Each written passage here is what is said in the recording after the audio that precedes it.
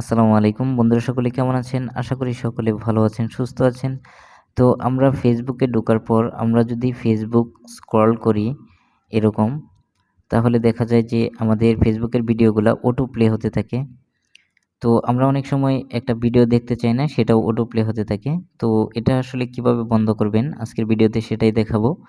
তো এটা বন্ধ করতে গেলে একটা সেটিংস করতে হবে। তো তার জন্য আমরা আমাদের ফেসবুকে প্রবেশ করার পর এখানে উপরে 3 লাইন আইকন পাবো অথবা প্রোফাইল আইকন পাবো, এখানে প্রেস করতে হবে। তারপরে নিচের দিকে স্ক্রল করলে দেখতে পারবেন সেটিংস অ্যান্ড প্রাইভেসি একটা অপশন আছে, এখানে প্রেস করবেন। তারপর এখানে সেটিংস, তারপরে নিচের দিকে স্ক্রল করলে দেখতে পারবেন মিডিয়া নামের একটা অপশন আছে। তো আপনারা মিডিয়াতে চলে যাবেন। মিডিয়াতে চলে যাওয়ার পর এখানে দেখেন O2 প্লের আন্ডারে এখানে 3টা অপশন আছে। On mobile data and wifi, on wifi only, never auto play videos.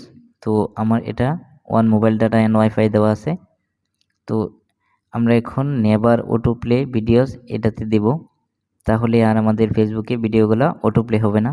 তো এখন যদি আমি আবার ভিডিওতে চলে যাই ফেসবুকে, তো দেখেন